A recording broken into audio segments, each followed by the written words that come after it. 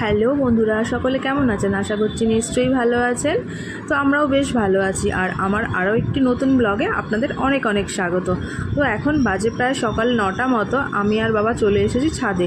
বাবা কিছুক্ষণ আগে এসছে, আমি একটু পরে আসলাম। তো বাবা এখন গাছ লাগাচ্ছে, কিছুটা গাছ লাগানো বাকি ছিল। তারপর কিছু গাছ মরে গেছে, সেগুলোকে তুলে নতুনভাবে অন্য গাছ লাগানো চলছে। তো সেদিনকে সেই মামার বাড়ি গেছিলাম, আপনাদের সাথে শেয়ার করেছিলাম না? তো মামার বাড়ি থেকে দুটো ধুদ্র ফুলের চারা নিয়ে এসেছিলাম, কালো ধুদ্র। আর আমাদের বাড়িতে তো শিব পুজো হয়, তো লাগানোর ফলে যদি গাছটা বড় হয় তাহলে 2-1টা করে ফুল দিলে তাহলে মা পুজো দিতে পারবে। তো সেই জন্যই নিয়ে এসেছি। আর যেরকম বাবা, ভাই, মা, আমিও গাছ লাগাতে খুব ভালোবাসি। তো যতটুকু জায়গা পেতো ভাই, আমাদের বেড়ার ঘর ছিল, তো আমাদের উঠোন ছোট্ট মতো উঠোন ছিল, তো সেইখানটাতে ভাই লম্বা করে গাছ লাগিয়েছিল। তো এই গাছ লাগানো নিয়ে আপনাদের সাথে একটা গল্প শেয়ার করি। আমরা তখন অনেক ছোট ছিলাম।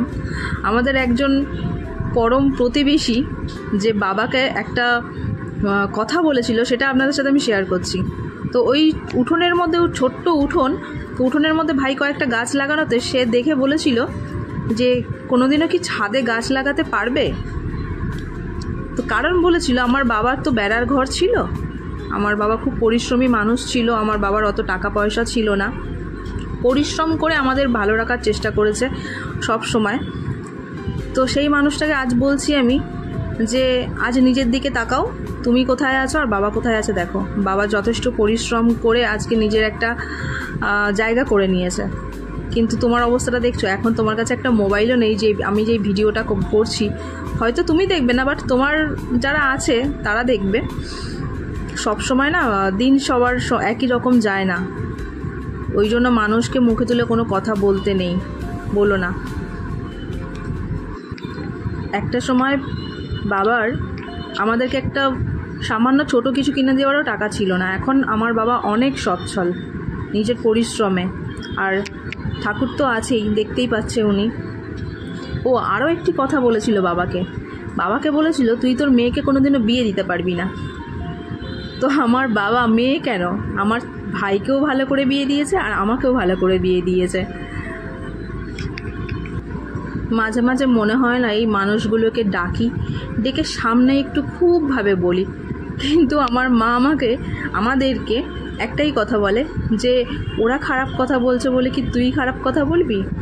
সবসময় এই কথাটাই বলে। তাহলে তো ওদের মধ্যে আর তোদের মধ্যে তাহলে তফাৎ কি রইল? তাহলে তো আমরাও ওদের মতো হয়ে গেলাম। মা আমাদেরকে এই কথাটা সবসময় বলে।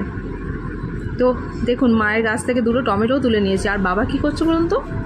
বাবা এখন মিনি বাগ বাসছে। প্রচণ্ড পরিমাণে জবা ফুল গাছে, একটা গাছে মিনি বাগ ধরেছিল, সেটা থেকে সব গাছে হয়ে গেছে। আর বাবা এখন হাত দিয়ে ওটাকে পরিষ্কার করছে। তো মিনি বাগ না কোনো মতে যেতে চায় না। কি করলে যাবেন বলুন তো? যদি আপনাদের জানা থাকে অবশ্যই কমেন্ট সেকশানে গিয়ে কিন্তু কমেন্টস করবেন। আর জবা ফুল গাছে কেন এত মিনি বাগ হয় কে জানে। আর এই যে এদিকে আমাদের হুলোটাও চলে এসছে। ওকে অনেকক্ষণ ধরে বাবা ডাকছিল, আসছিল না, এখন আসলো। যা গিয়ে দাদাদের সাথে গাছ লাগা। দাদার গাছ লাগানো হয়ে গেছে।